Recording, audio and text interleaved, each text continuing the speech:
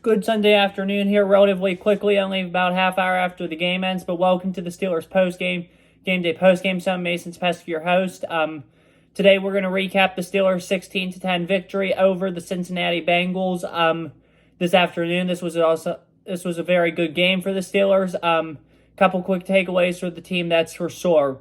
But anyway, let's start with the first quarter. I got the chance really to just sit at home and watch the whole game today. Something that I don't do a whole lot. Most times I'm at the game and stuff, or I'm doing something else. So it was good to finally get the chance to sit down and just watch this whole game, play to play. Great opportunity, that's for sure. Starting off early, first quarter, no scores. Nobody scored in the first quarter. So yeah, that was that. Second quarter, first play, Pittsburgh got a field goal free and took a 3-0 lead in this one. So things looking good for Pittsburgh. Then we had a horrible sequence when we were up, I think. It was 3-0.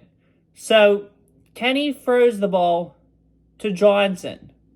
I don't know if this is before or after the touchdown. Cincinnati scored a touchdown. The tight end, it was a horrible defensive play. The defense looked mismatched, that's for sure, and it gave the Bengals a 7-3 lead. However, in the second quarter, something else happened.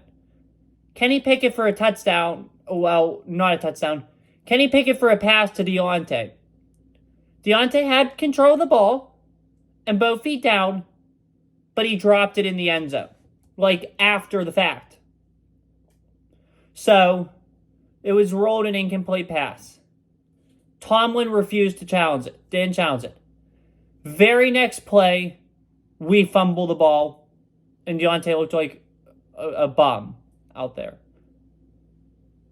So that's the thing. That's where coaching has consequences. And don't get me wrong, Pittsburgh played very good today, and Tomlin made some very good decisions today, but that, I think, was a mistake. Thank goodness they didn't capitalize on it, I think. Then, later on, it was a beautiful drive. Najee scored a touchdown. 10-7. 10-7, Pittsburgh leads. We're going into halftime now.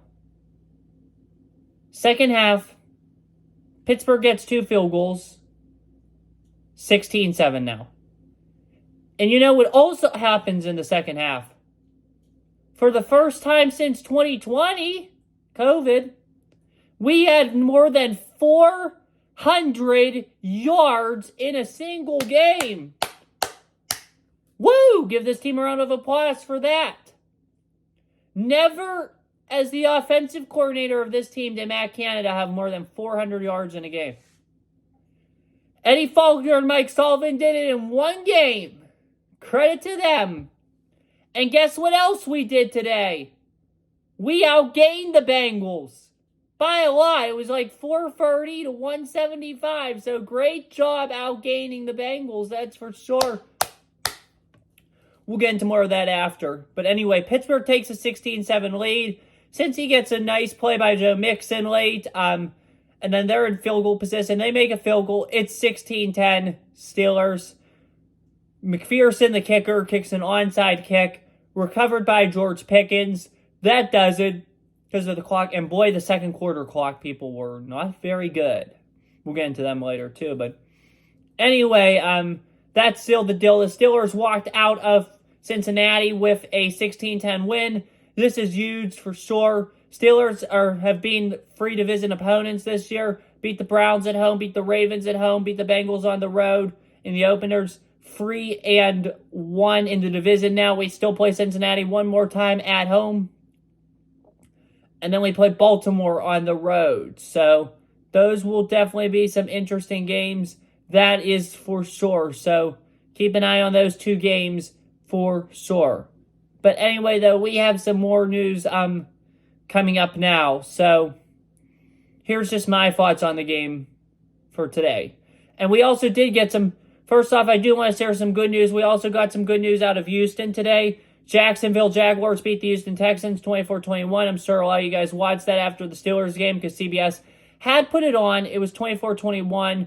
Big win for Jacksonville. This is huge for a couple reasons. If Houston would have won, that would have sent Pittsburgh back to the 7th spot because Jacksonville would have been 7-4. Houston would have been 7-4, and Pittsburgh would have been 7-4, and Pittsburgh lost to both those teams, so we would have definitely had the last wild card spot, and that would not have been a good thing.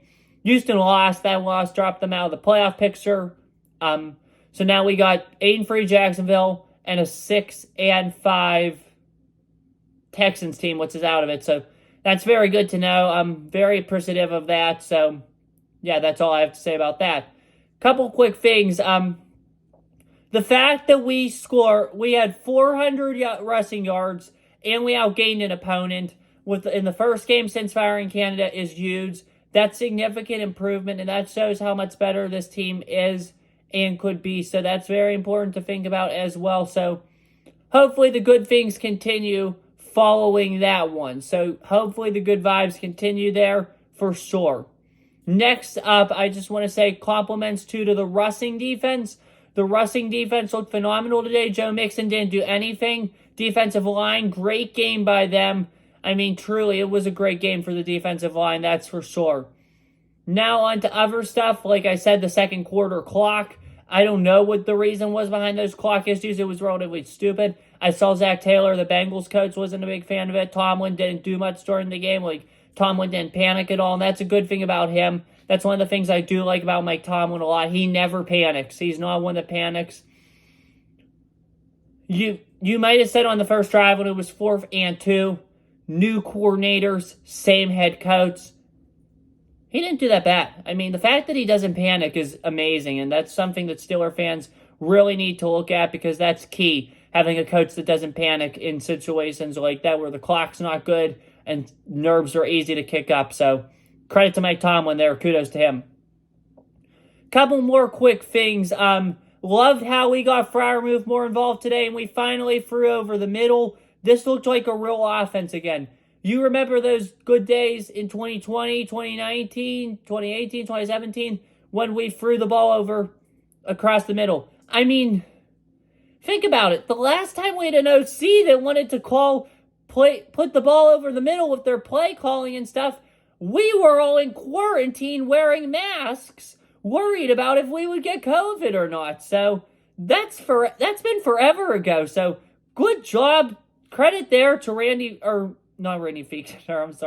Eddie Faulkner and Mike Sullivan. Finally, this offense looked normal again. Finally, this offense looked real again. And it was very unpredictable. That's what you want, and that's what they did. So they did an amazing job there. Credit to them for that. Overall, the team looked really good. The defense had some miscues today for sure. That last play to Mixon was probably unnecessary. Same with some other things during the game. The Johnson drop fumble sequence was horrible. That was terrible, goofy. But other than that, I think everything looked good today. Steelers right now are sitting at 7-4, currently third in the division, have potential to be tied for second, depending on how the Cleveland Browns-Denver Broncos game ends up tonight. So that'll be interesting to see. Go Broncos. Anyway, though, great game for sure. Great Steeler win. It's going to be a great week. 7-4. So yeah, that's definitely exciting for sure. Next up, coming into town next Sunday afternoon, December the 3rd. Can you believe it's already December? 1:00 p.m. We got the Arizona Cardinals. Definitely an improved Cardinals team, that's for sure. Jonathan Gannon, Monty Austin, the new GM. Gannon has instilled a lot of grit in that team. I mean, they did pull off the win over Dallas. They did pull off the comeback win over the Falcons. And they've hung in there with several teams. I mean, this team is playing better than their record indicates, for sure. Definitely be interesting, for sure, to see what they have. I know Kyler Murray's going to be ready for that one. He still has some talented weapons and targets on the team. Definitely the Steelers offense needs to take advantage of that Cardinals defense. That's for sure. So I'm really looking forward to that one for sure. So next game, we'll have the Steelers game day pregame show before the game, Steelers game day postgame show after the game. That's next Sunday, following before and after Steelers versus Cardinals. Next Sunday, December 3rd at 1:00 p.m. You can watch that game on CBS. For now, the team enters an interesting week of practice. It'll definitely be interesting for sure, and we got to remember, look, the Steelers offense did look really good, or better today. Yes. However, Cincinnati did not have tape on the Faulkner-Sullivan offensive concept. I know Arizona is a lot worse than Cincinnati. But one thing Arizona is going to have that Cincinnati did not have is tape. We have to remember the Arizona Cardinals are going to have tape on this offense from this week. What they do with it, we don't know. However, we have to remember that they're going to have tape on it, and we need to remember that, think about that, and truly digest that. So just think about it. So we need to see offensive improvement too next week. These next couple weeks, I mean, there was a graphic on CBS today. Look at the schedule coming up. Arizona, pathetic. New England, even worse than Arizona, I believe. If you get those 2 wins, that puts you at 9-4. You get another winning season under Coach Tomlin. Keep the streak alive. Next up after that's Indianapolis, who's not much better. I mean, they're good this year. They're showing improvement. It'll be a tight game, that's for sure. However, they're not like this great team. Win that, you're 10-4. Come home again for Cincinnati. That puts you at 11-4. If you win these next 4 games, which is very doable, you're at 11-4. Going out west to take on Seattle and then coming back here to take on Baltimore. Say you win one of those games, you're sitting at 12-5. You do have a chance at the division. This is not over, depending on what happens tonight in Denver between Browns, Broncos, and in LA between Ravens, Chargers. So keep an eye out, that's for sure. Things are getting tougher for Baltimore. Things are getting tougher for the other teams. We survived our tough part. Keep the good vibes going. Have a good week, everybody. See you next week for Arizona. Take care. Stay safe. Let's go Steelers. Pray for Israel. And as always, peace. See you guys next week. Thank you.